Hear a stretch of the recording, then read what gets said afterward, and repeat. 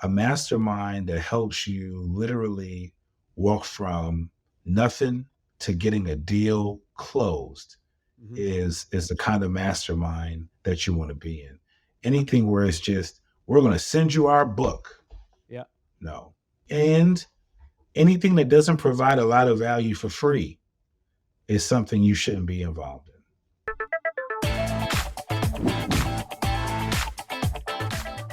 I just wanted to hear a little bit. You've got a unique background growing up, and I wanted to start off with that. Just kind of touch on what it was like growing up for you. Growing up for me was very interesting. I grew up in Brooklyn, New York, born and raised. I grew up Brooklyn, New York. My parents are from New York. Well, my mom is at least, and my dad is from the island of Barbados. So a very diverse, rich upbringing in culture, um, holidays. The food was always very interesting, right? You'd have the U.S. side, right? My mom, her family was from the South, so I'd have like macaroni and cheese and collard greens, and then my dad's side, I'd have oxtail and curry goat. So it was a very interesting holiday, but it was a great upbringing because I had a lot of great values brought forward from my dad's side and my mom's side. Um, so yeah, So I want to hear a little bit more. You ended up going to Norfolk State, right? yes. And tell me a little bit about kind of your career aspirations growing up, because your dad was what he was involved in kind of some kind of government service. Is that right? So my dad worked for the United Nations for almost 40 years. He R- retired from the UN. He started there as a young man and stayed. He worked. His day job was in personnel, but he did a lot of diplomatic related missions for the UN. And so all of those things are things that he doesn't really talk about, but it's stuff that he's very proud of. And he served in that vein for the UN for several years. So He's Mhm. So I just was interested, like, who, when you were as a young man, what were some of your like career aspirations? What did you think you were going to be when you grew up, or what you wanted to be? So I knew since I was 8 I wanted to be an attorney. I didn't know Mhm. what type of attorney, but I knew from young. I think I read too many Encyclopedia Brown books and watched too much Yeah, I love that guy. I love those books. and yeah, I did. Like and my mom kept buying them, and I was eating them like food. Like I kept reading those books and Yeah, every new series, and so mysteries, Agatha Christie, yeah. anything that had to do with solving a crime or you know, uh, really advocating for someone was like a very instinctive, natural thing for me. And so I just knew I wanted to practice law. Now, over time, what that was would change because of my personality. So the thought process of when to advocate for people and loving to learn and be in the know and to use that information to help people. That's always been there. I don't think that'll ever change. But I think the type of law changed because of my personality. So, I dreamed of being in the courtroom, of Mhm. having that Johnny Cochran moment of, if the glove doesn't fit, you must have quit. That big aha moment, right? Uh-huh. But my personality, I hate conflict. I Yeah. just absolutely abhor conflict. So for me, I realized that I'm more conciliatory. I'm more about bringing people together, building bridges. How can we figure things out? Heck, how can we make some money? Right? Mhm. Or like as opposed to focusing or majoring in the minor, how can we figure things out? And so it probably is the reason why I became a contracts and corporate lawyer. So I know that you've done that Strength Finders 2.0, and some of your top strengths are like learning, strategy, intellection. All of that's perfect Yep. for the law, I would imagine. It certainly has been helpful. It certainly has helped me. You know what? And even as a lawyer, I evolved in realizing that I really was a business person moonlighting as a lawyer. Mhm. like I really was a better business partner to you with a legal brain who Mhm. could help you strategically think about what it is you're trying to do. So I could help you strategically plan where you want to go and grow to. And I think that was the biggest asset. So even though I worked for a major law firm eventually, right? I did the whole small firm. I was a solo. I did the small firm. Then I went to a large mega firm.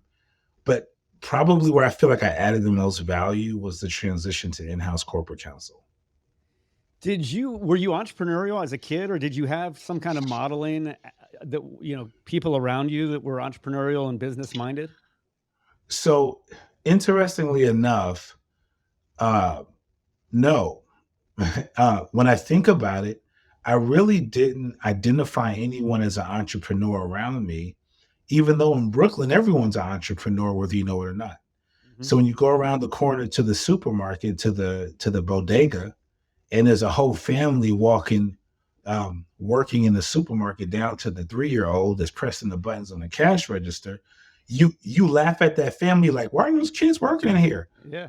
But but they were a family of entrepreneurs. I just didn't know what to call it, right? Mhm. Um, I was entrepreneurial and didn't even understand it, right? I had my first business when I was 8. I sold packs of bubble yum in class. So one day I was sitting in class and I blew a big bubble and it was huge. It almost like went all over my face. And the kids laughed at first. And then the kid next to me said, "Hey, can I get one?" And I don't know what it was in me that made me say, "Yeah, for 50 cents." And he went in his pocket and gave me 50 cents. And I gave him a piece of gum. Mhm. And then somebody next to him said, "Hey, can I get a piece of gum?" And I said 25 cents. And they gave me 25 cents. Like, this is wow, I got 75 cents now. So I blew another bubble when the teacher turned around. Didn't know that was my marketing plan, Yeah, right? right. My See the product. my yeah, see the product. My marketing strategy was blow the biggest bubbles you can, let that sucker splash on your face, right? But guess what? That day I went to my mom and said, "Hey, we need to go to the supermarket." They sold 5 packs of bubble yum, 5 in a pack, for $1.25. Mhm. And I made like $30 that week on gum. My Yeah. mother was like, "What are you doing? Where did this money come from?" And I told her. So she helped me to keep my supply up. My first company was I was it was straight arbitrage opportunity, right? Right. I was The bubble I yum was boy. selling I was the bubble yum boy. Yeah. So I did that all through second grade.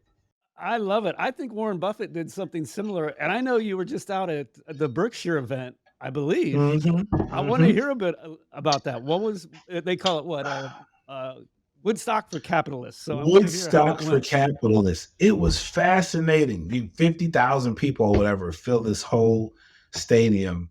Not an empty seat in there, right? And I Yeah, mean, and you're all cramped in, and the energy is like palpable.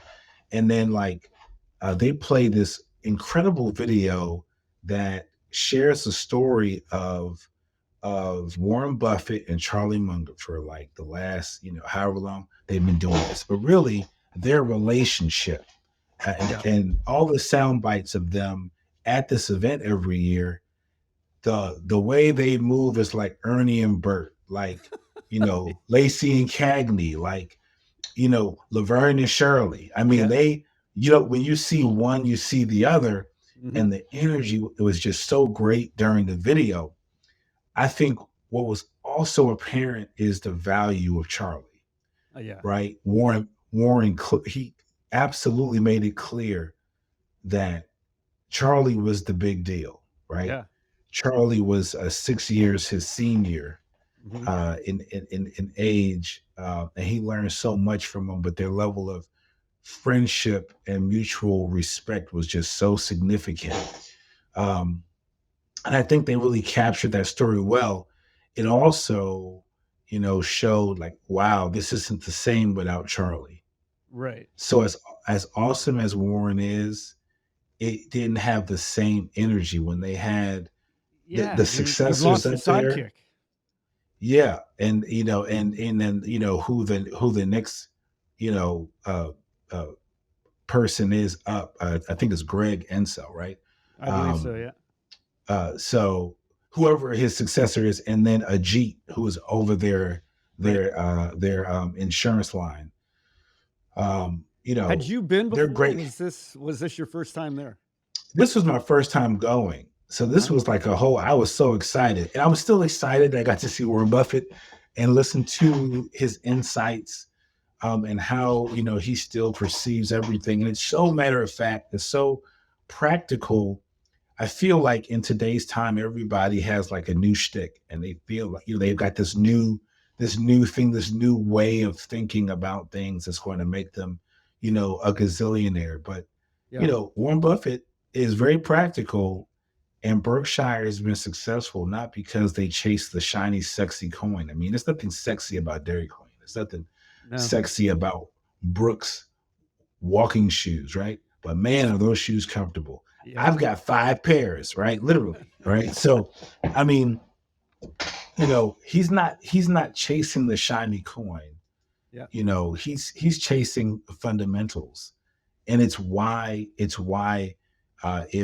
his successors follow the same approach, they're going to be here for another 100 years.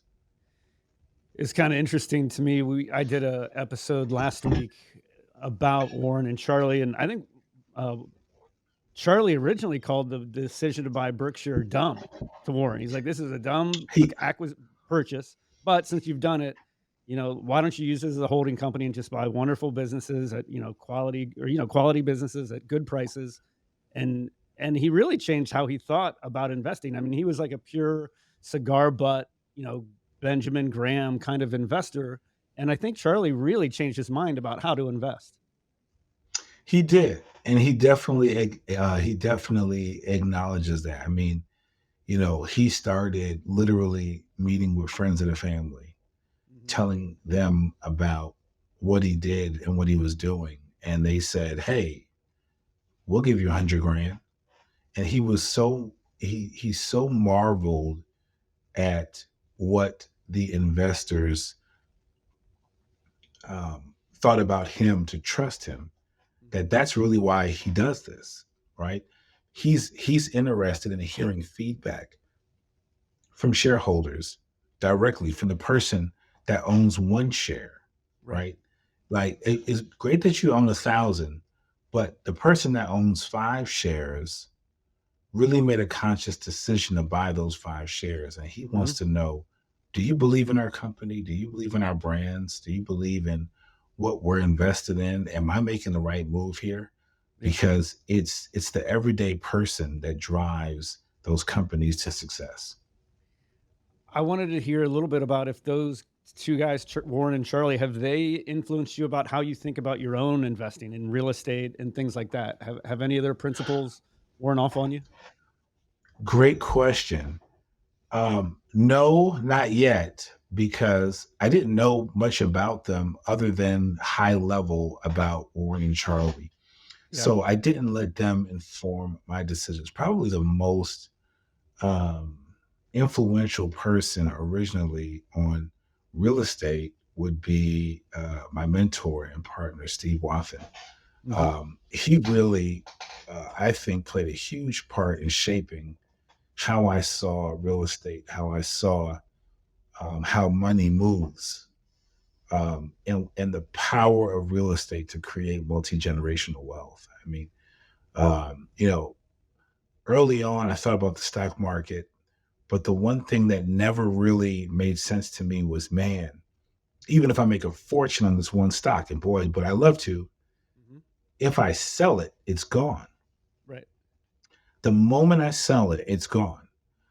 And I was like, man, then what? Right? Like, what's next? And so you're always chasing that next thing. Oh, and by the way, a third of it's gone, or 40% is gone in capital gains. So how do I how do I figure out something that's the gift that keeps on giving? And so Steve very, simply said, well, there's just so many ways to make money in real estate, right? I Mhm. mean, If you have the asset, it's tangible. You can collateralize it, right? To go and do something else. You can do a cash out refi, which is a non-taxable event.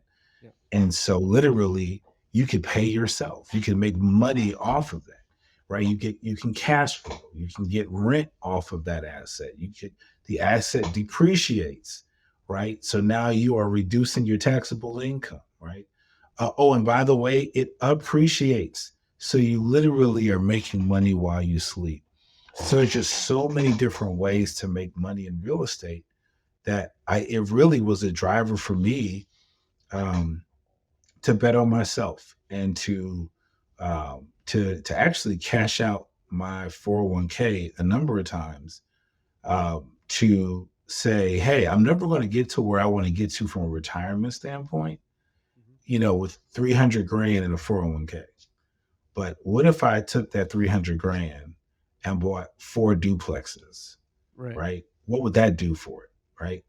What if I then paid off those duplexes and put it into a trust, and now into a retirement uh, based trust that where now all of that gain it just continues to grow and grow and grow, and that's my retirement.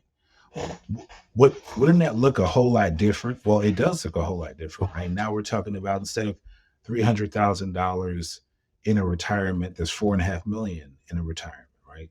In a 7 year span, right? So literally, you can supercharge what your future looks like, as opposed to relying on the government to raise the age, to move the ball, for money that you'll never touch. And by the time you do, you're like coughing and on your last breath. So There's a lot of I love the directions. government.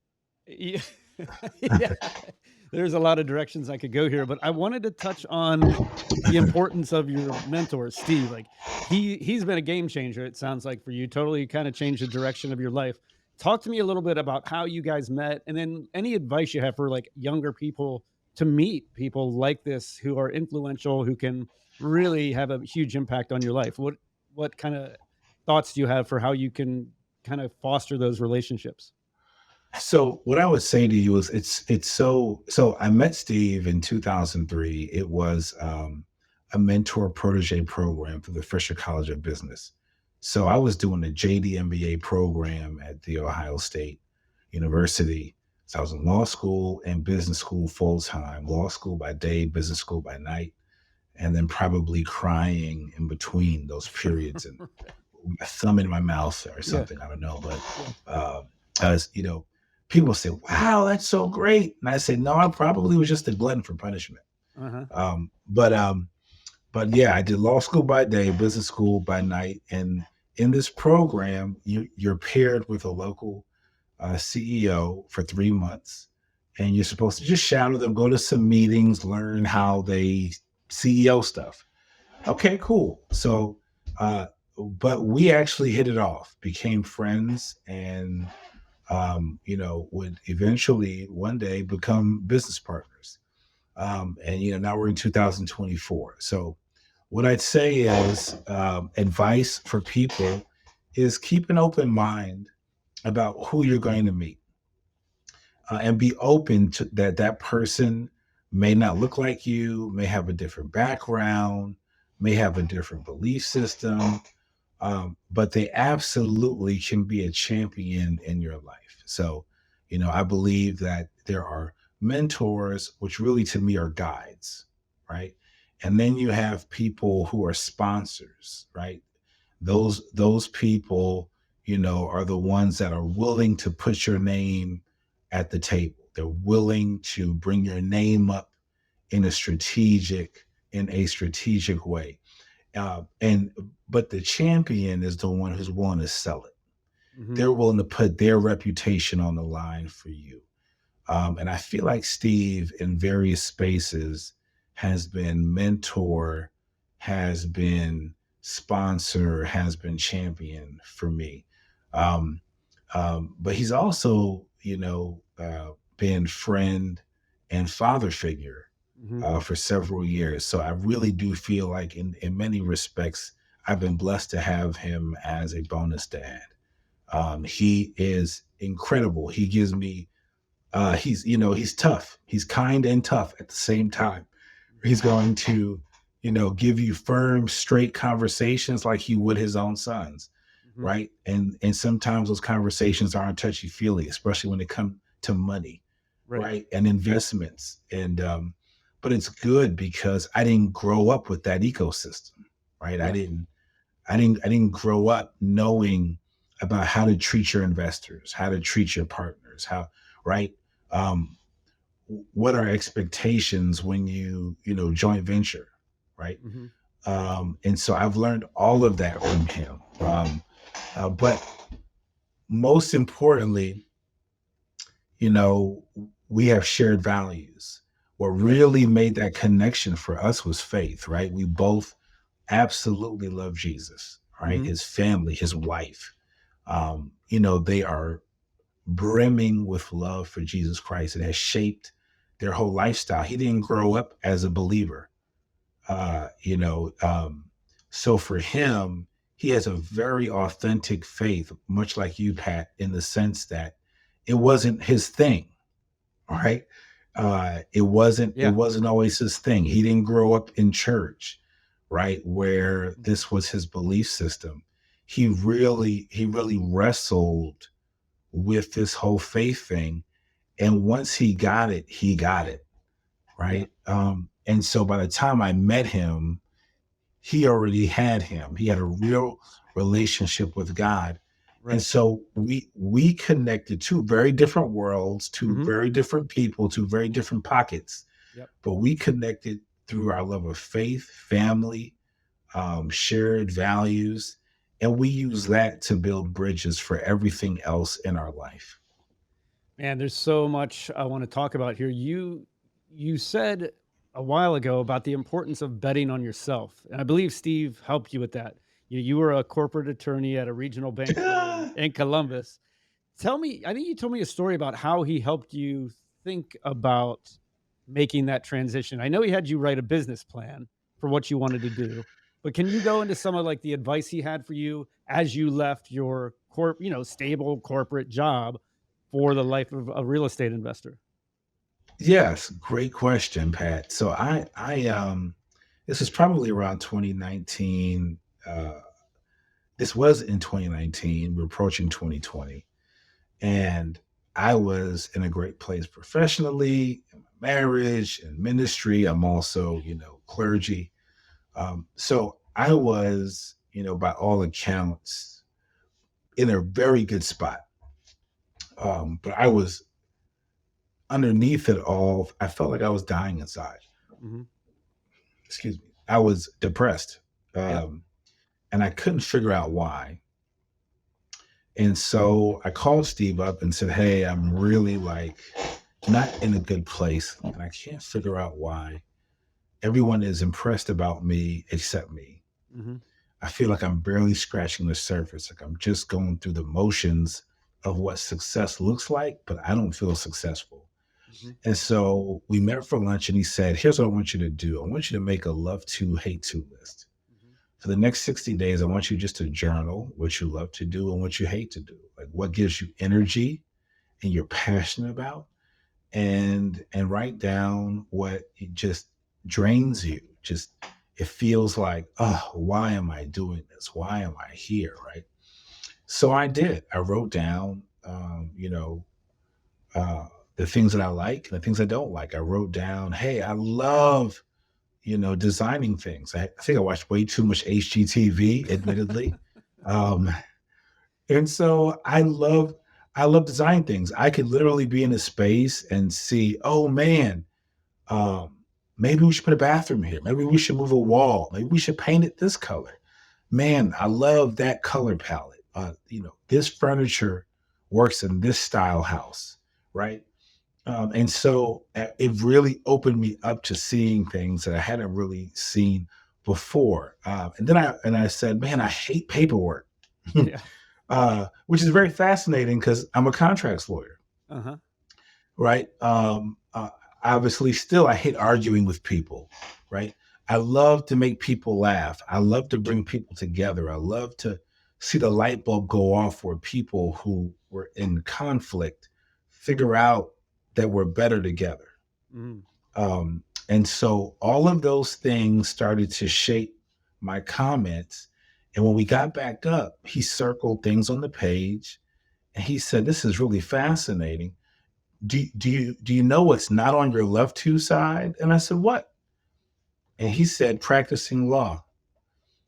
And tears just started to stream down my face. I yeah. had not realized that that wasn't on the list, that it Hmm. really wasn't even on the list.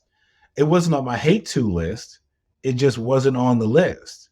Yeah. And so that's when I knew it was time. I needed to make a shift. What was at the top was design, construction, renovating, um, ministry, um, building bridges, Hmm. but practicing law was not on the list.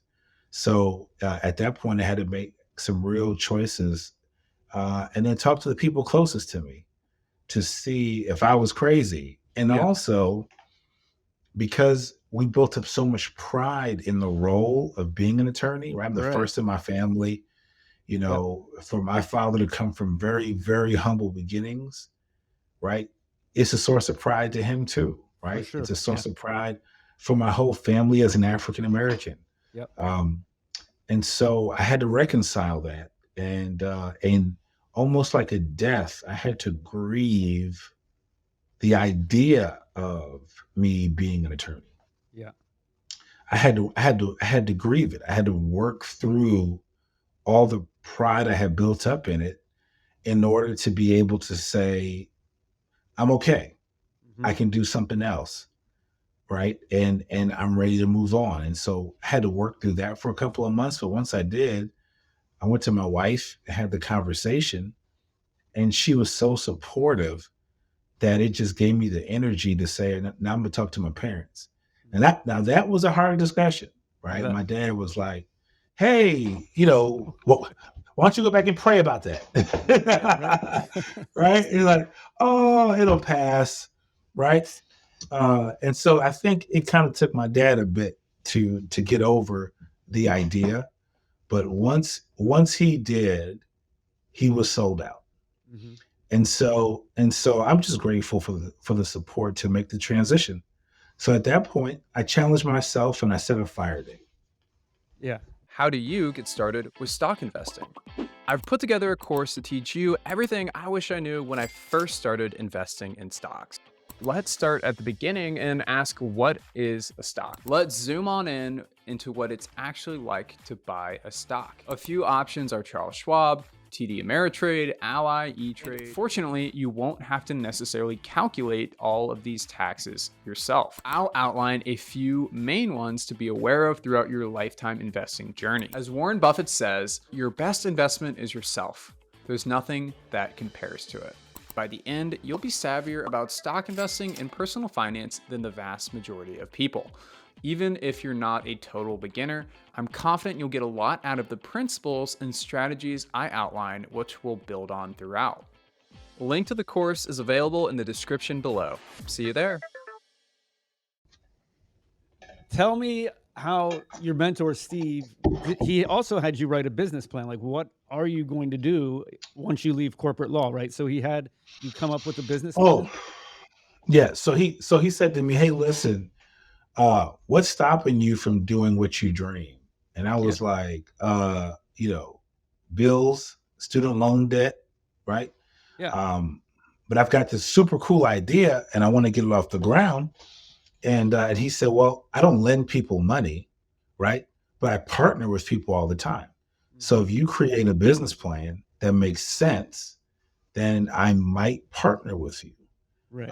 So I guess it made sense, and So we've what been was the partners business plan? ever Like, what did since. you come up with? What was the idea that he was like, I'll invest in this? Sure. So I said to him, "Hey, there's a huge need in this market for quality short-term rentals. I've Mhm. seen a ton of them, but I haven't seen a ton of quality short-term rentals. Everyone is springing up with the extra room inside their house. But what do you do for the corporate traveler that's sending a construction crew or a team, right? And so, what I really envision is a diverse portfolio of residential assets, some long term and some short term and some midterm. We have a huge hospital system here, several systems here. So we could take advantage of the midterm rental market as well. I'm not looking to do buy and flips. I'm looking for multi-generational wealth, long-term buy and holds. Now we might transition different assets to upgrade the portfolio, but this is a long-term hold situation. Is Mhm. that something that you would be supportive of? Well, he's a big time commercial real estate investor. Right. So he saw this as a great opportunity to diversify his portfolio and quite frankly work with somebody he loves. Mhm. So he didn't have to partner with me, but he did. And we've been very successful in this particular venture ever since. And what was the agreement? Was it he was the financial guy, he was the money guy, and you were the one that was implementing the plan and making it happen, doing the acquisitions and that kind of thing? So at first, yes. I'm going to do all the sweat equity Yeah. and he's going to economically back.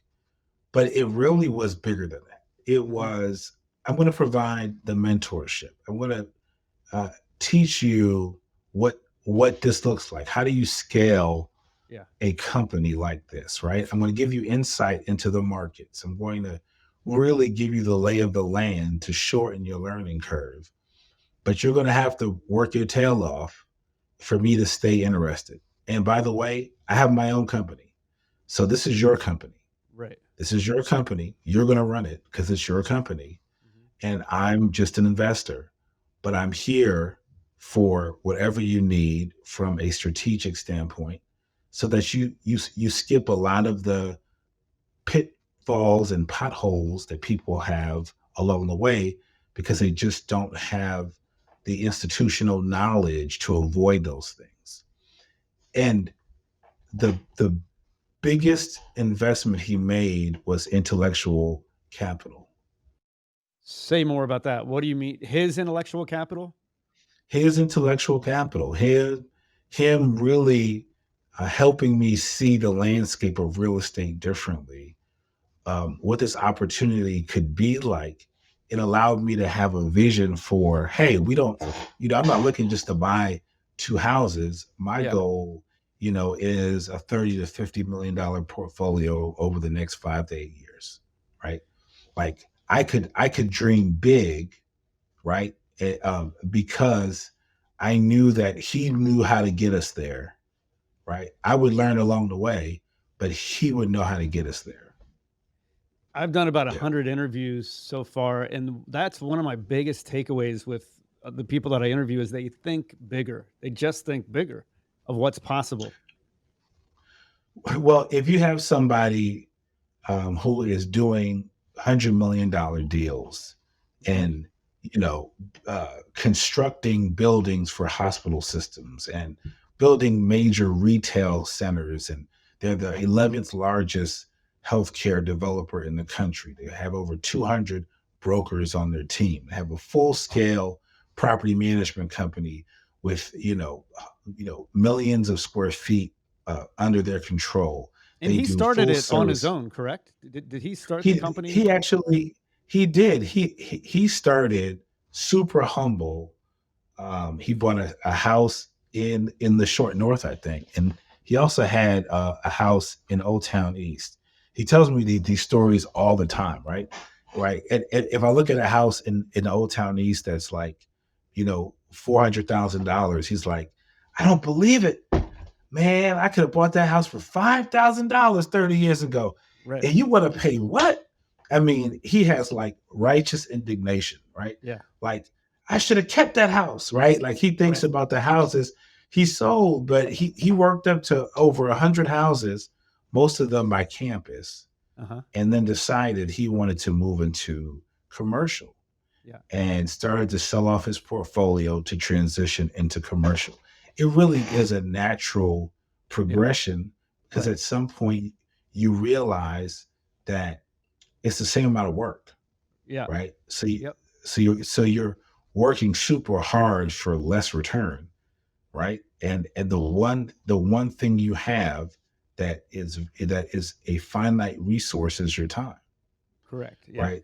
So even in our company, we've reached a place where now I'm looking for development deals, 50 units and up.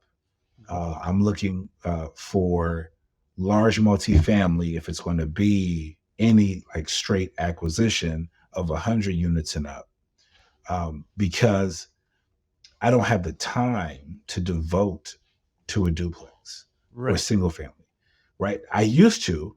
That's how Yeah. we started, Sure. but we've built a healthy portfolio enough where now, and again, since I'm running the company, it's not in the company's long-term best interest to buy onesie twosies. It's No. good to have them.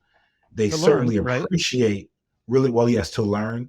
I learned construction on them. Right now, Yep. I have a full service construction company.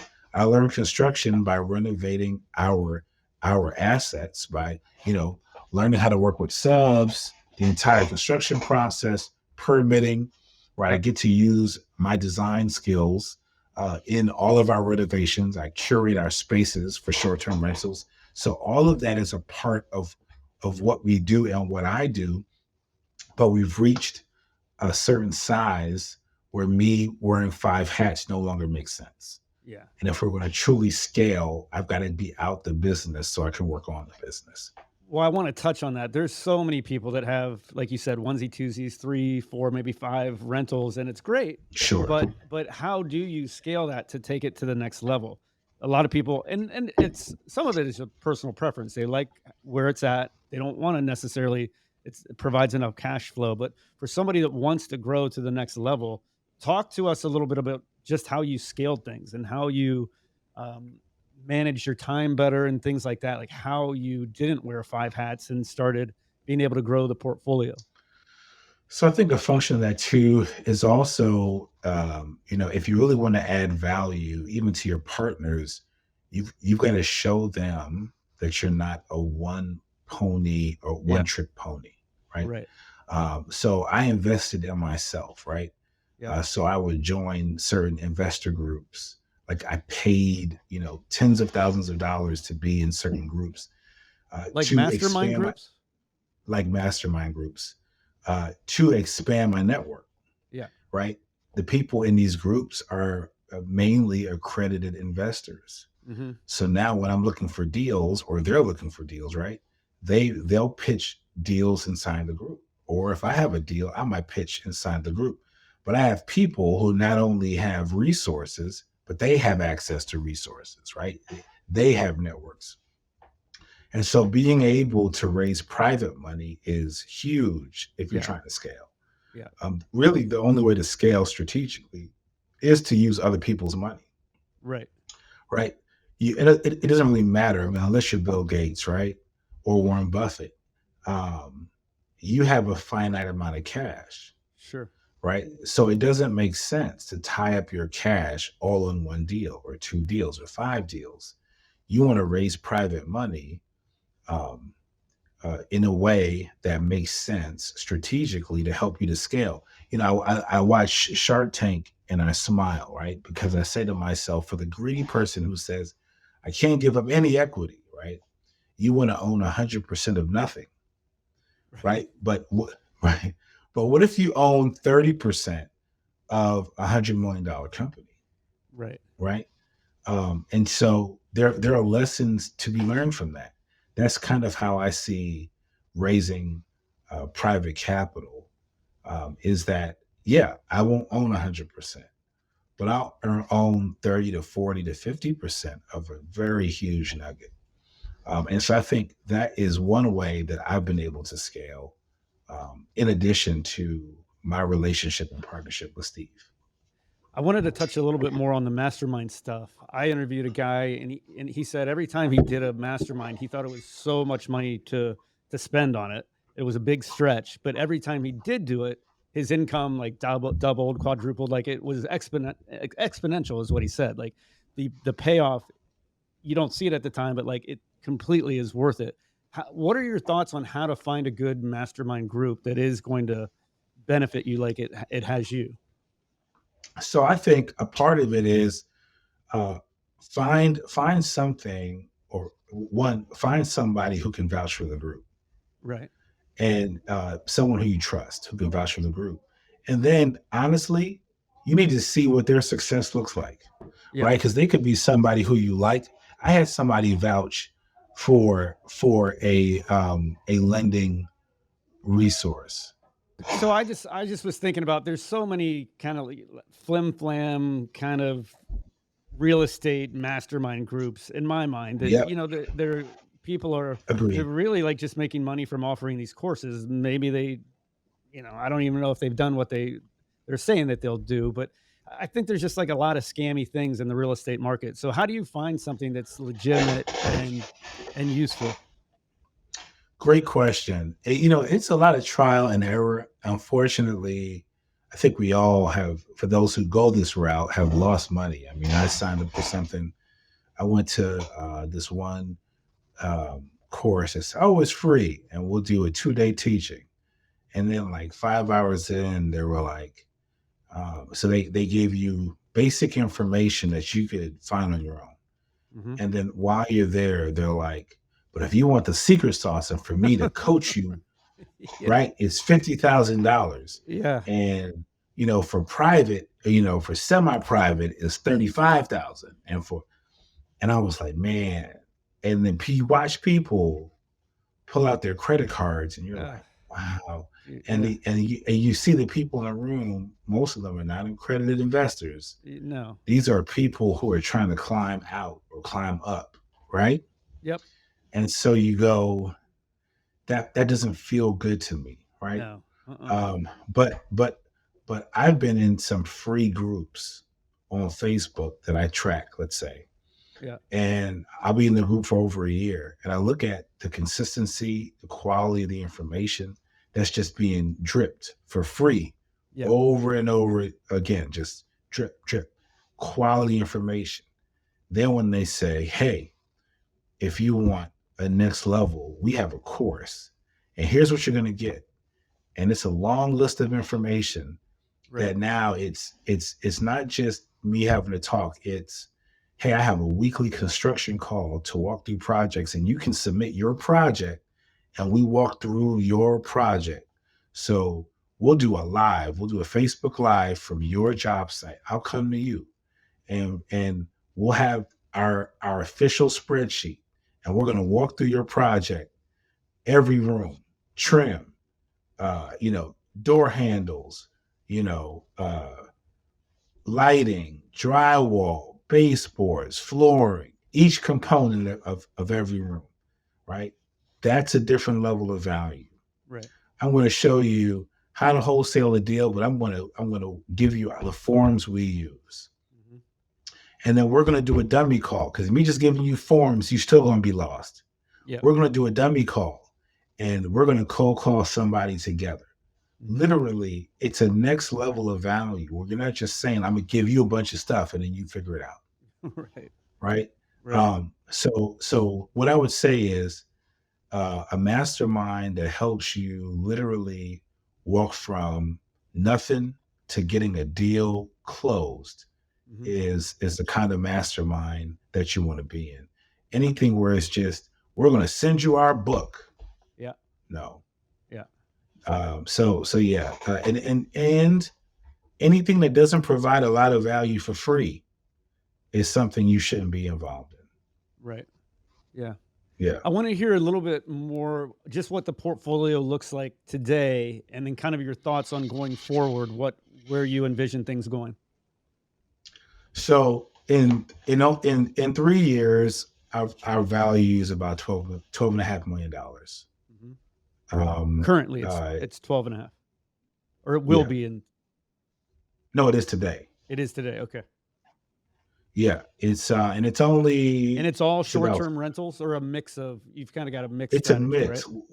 Yeah. So we've got 17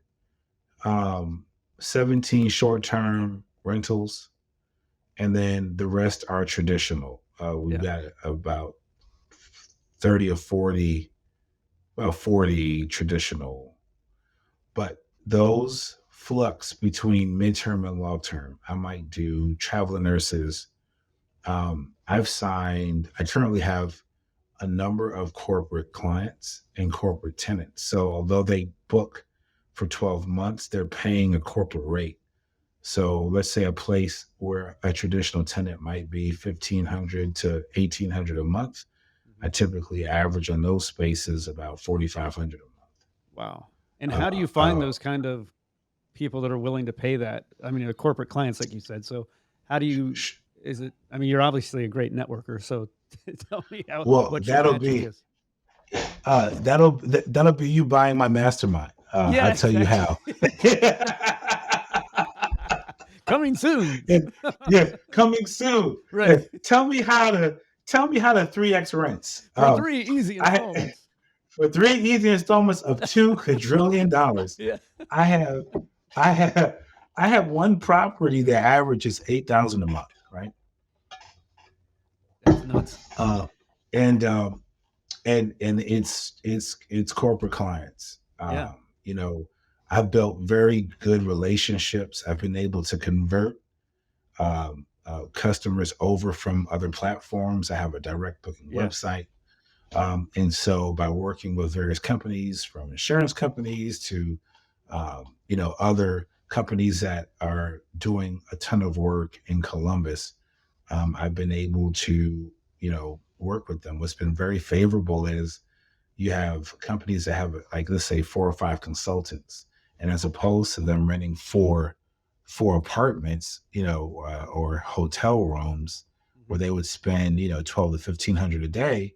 If they can rent a big house from me and spend 500 a day, you know, uh, that's very favorable. Then Yeah. you give them a corporate discount. Your rate's only 350 or 400. But if you look at that for a month, we're talking $12,000, right? So, Yeah. so you can easily, like, those numbers grow significantly, and you're providing a real solution to them. They don't want to stay in a hotel. Right. When the hotel is fine for a night, but when they got to be here for 3 weeks, it's Yeah. uncomfortable, Right. right? Right. Like you still feel like you're living in a closet. You still feel like you're living out of your luggage, right? Yeah. People who travel for longer term want to feel at home while they're on the road, and so it's a very real solution. I wanted to touch a little on how your faith has impacted your business career and just your life in general. You mentioned you're a pastor. Your faith obviously is clearly super important to you, maybe probably the most important thing in your life. So, talk to me a little bit about how that influences your day to day and how you run your business. Sure. So first, my faith informs the character uh, by which I run everything I do. So Hmm. absolute integrity is, I think, full stop, the foundation for how I approach business, right? Hmm. I will absolutely rather take the economic loss if it puts you in a better spot, if there was something that didn't work out, right? Which is really rare, I would say, in real estate, in business in general. To see, Yes, and it's been very at times painful, but it's the right thing to do, right. right? My word is my bond. It really Hmm. does matter to me. Yeah. And so my faith informs the values by which I approach the things that I do, the character in which I bring to the table in dealing with people. My faith also gives me the courage and strength to deal with the volatility of markets, deal Hmm. with the volatility of the ups and downs.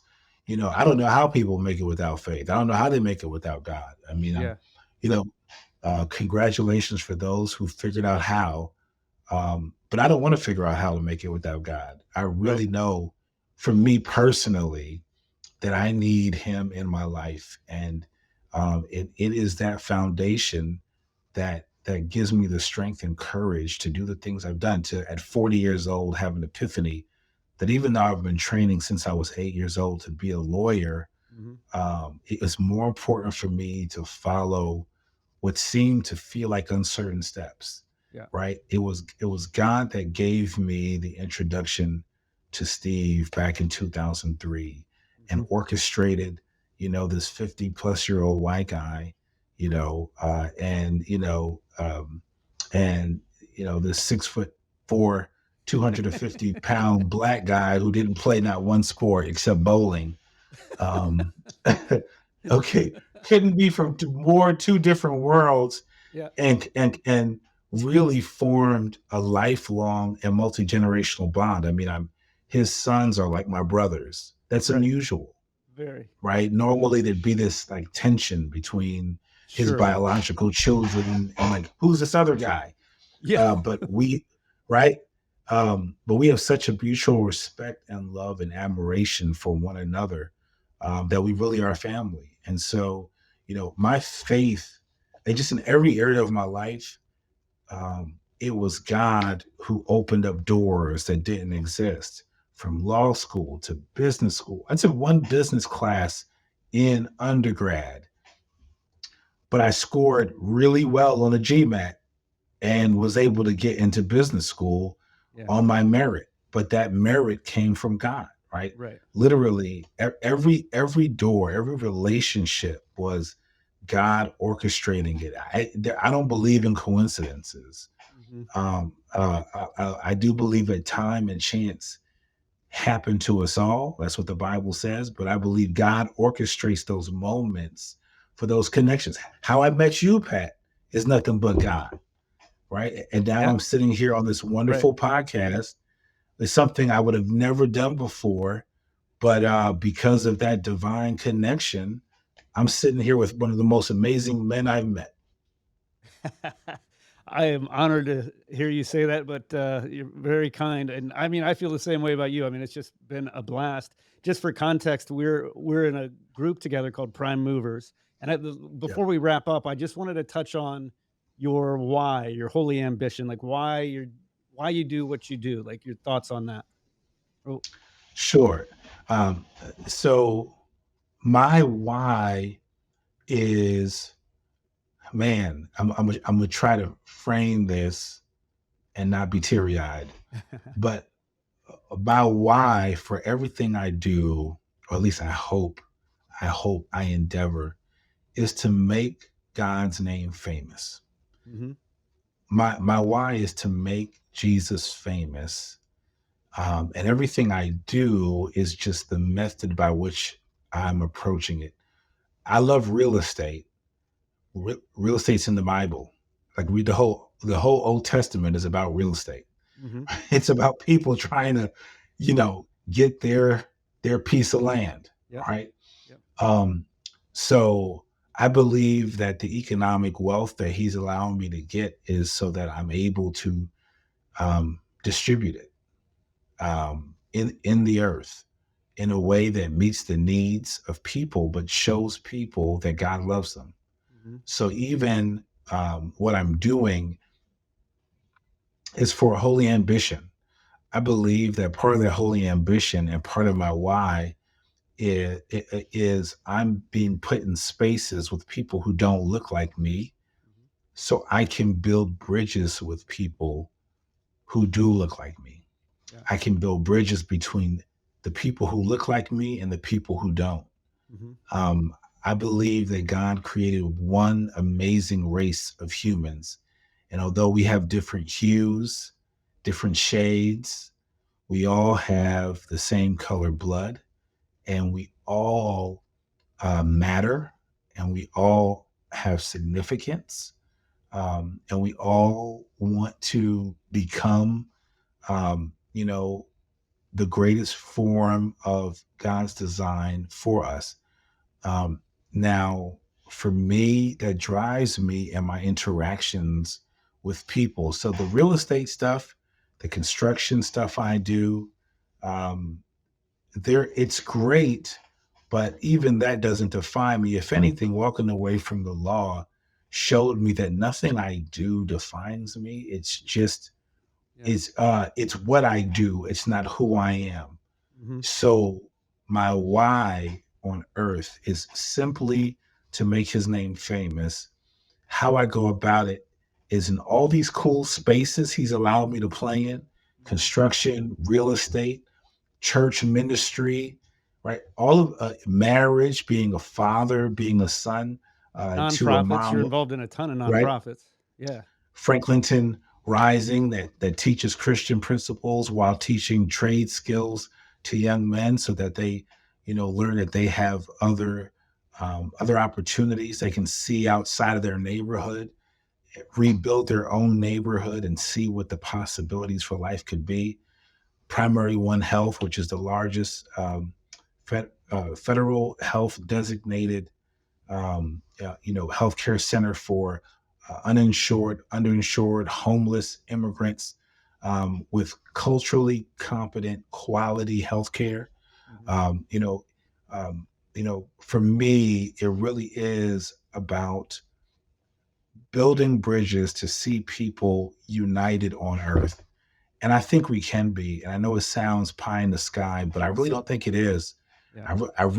I really think that as we learn and grow in our specific spheres of influence, we can really make a difference wherever it is. You don't have to be in church to change lives. Right. We are the church. We are the ecclesia of God. The church is us. That's just the building. So anywhere we go, we can literally honor God in what we say and what we do. Even in investing, even in making money, you don't have to be unscrupulous, right? Yeah. You can make money and do good. Those two things are not mutually exclusive. Yeah. You can make money and do good. And I plan on doing both, by the way. I plan on making a lot of money and doing a lot of good. I love it, Adrian. This has been a lot of fun. For people that want to get in touch with you or learn more about what you're up to, what's a good way for them to reach out to you or get in touch? Great question. So you can reach me at my email, Adrian, Adrian, at storied, STORIED, stays, STAYS.net. Adrian at storiedstays.net. That's my email. You can certainly reach out to me. I'm also on LinkedIn as Adrian Frederick. I'm on Facebook. I'm also on Instagram. And you'll have to search for me. I don't know what my Instagram handle is. I'm not as fancy as you, Pat. This has been an honor and a pleasure, Adrian. I've been really looking forward to this. I'm glad we made it happen. So good. I could keep talking to you for hours and hours. The insights you have. Let's go. I'm here for it. Now, listen. And Yeah. thank you for your time. Can I turn this into a short-term rental? Yes, I can. Okay. And I can make more money. Okay, great. Now I have an option here. Can I flip this and make some money? Yes. And this is what it looks like. Can I rezone this? Can I add Mhm. square footage to it? Can I house hack it? Like, I just want options. The other options don't work out. I can always go back to it being a long-term rental and profiting for me. So that's my lowest bar. Does it work as a long-term rental? And I like to have options on top of that.